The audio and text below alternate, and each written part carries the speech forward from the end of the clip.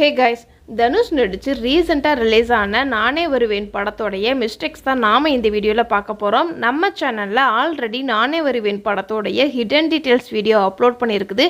நீங்கள் இன்னும் இந்த வீடியோ பார்க்கல அப்படின்னா கமெண்ட் பாக்ஸில் இந்த வீடியோக்கான லிங்க் பின் பண்ணியிருக்குது, கிளிக் பண்ணி பாருங்கள்.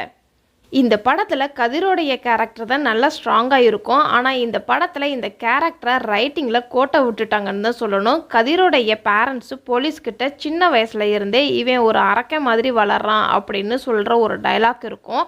ஆனால் கதிர் பெரியவனாக வந்ததுக்கப்புறம் ஏன் இந்த மாதிரி அரக்கனாக மாறிட்டேன் அப்படின்னா, சின்ன வயசுல இருந்தே நான் வீட்டை விட்டு வெளியில் வந்ததுக்கப்புறம் நான் பட்னியாக இருந்தேன், ரொம்ப கஷ்டப்பட்டு என்னை யாருமே பார்த்துக்கல, அதனால தான் இந்த மாதிரி வில்லத்தனமாக மாறிட்டேன் அப்படின்னு கதிரோடைய ஒய்ஃபு மாதிரி கிட்ட சொல்கிற ஒரு டைலாக் இருக்கும்.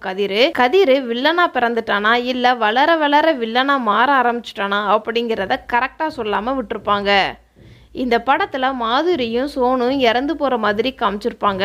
ஆனால் இந்த இடத்துல கதிர் இருப்பார். இந்த கேஸில் இருந்து எப்படி கதிர் வெளியில் வந்தார் அப்படிங்கிறத காமிச்சிருக்க மாட்டாங்க.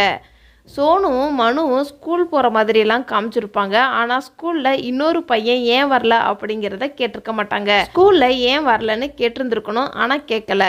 கிளைமேக்ஸ் ஃபைட் சீனில் 2 பேருமே ஒரு பள்ளத்தில் விழுகிற மாதிரி தான் காமிச்சிருப்பாங்க. ஆனால் பிரபு மட்டும்தான் மேலே எந்திரிச்சு வர மாதிரி இருக்கும். அவர் எப்படி எந்திரிச்சு வந்தார் அப்படிங்கிறத காட்டியிருக்க மாட்டாங்க. மேபி பார்ட் 2ல் காமிச்சாலும் காமிக்கலாம். இந்த படத்தில் மாதுரியும் சோனும் 2 பேருமே ஒரே நாளில் தான் இறந்து போகிற மாதிரி காமிச்சிருப்பாங்க. ஆனால் சோனு மட்டும்தான் பேயாக வருவான்.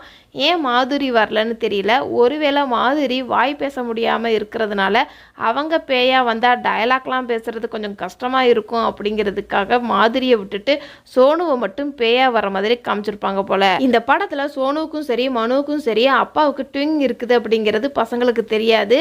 ஆனால் எப்படி அப்பாவுக்கு ட்விங் இருக்குது அப்படிங்கிறது சோனுக்கு மட்டும் தெரியும்.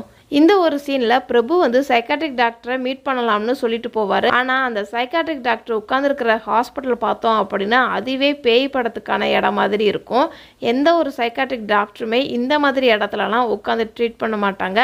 ஆனால் இந்த படத்தில் பயங்கரமாக இருக்கணும் அப்படிங்கிறதுக்காகவே இந்த மாதிரி ரூம் அரேஞ்ச் பண்ணியிருப்பாங்க போல். இந்த படத்தில் கதிர் ஃபஸ்ட்டு செல்வராகவனை கொள்ளுவார். அதுக்கப்புறமாட்டி பெரியவனாக வந்ததுக்கப்புறம் ஒரு 4 பேரை கதிரை கேலி பண்ணுறதுனால கதிர் அந்த 4 பேர்த்த கொள்ளுவார். அதுக்கப்புறம் மாதுரி சோனுவெல்லாம் கொன்றுவார். இந்த மாதிரி ஒரு சில போலீஸ் கேஸ் இருந்தாலும் இந்த படத்தில் எங்கேயுமே போலீஸை யூஸ் பண்ணியிருக்க மாட்டாங்க. ஏன் போலீஸ் யூஸ் பண்ணலைன்னு தெரியல. இந்த கேஸ்லேருந்து எப்படி கதிர் தப்பிச்சாரு?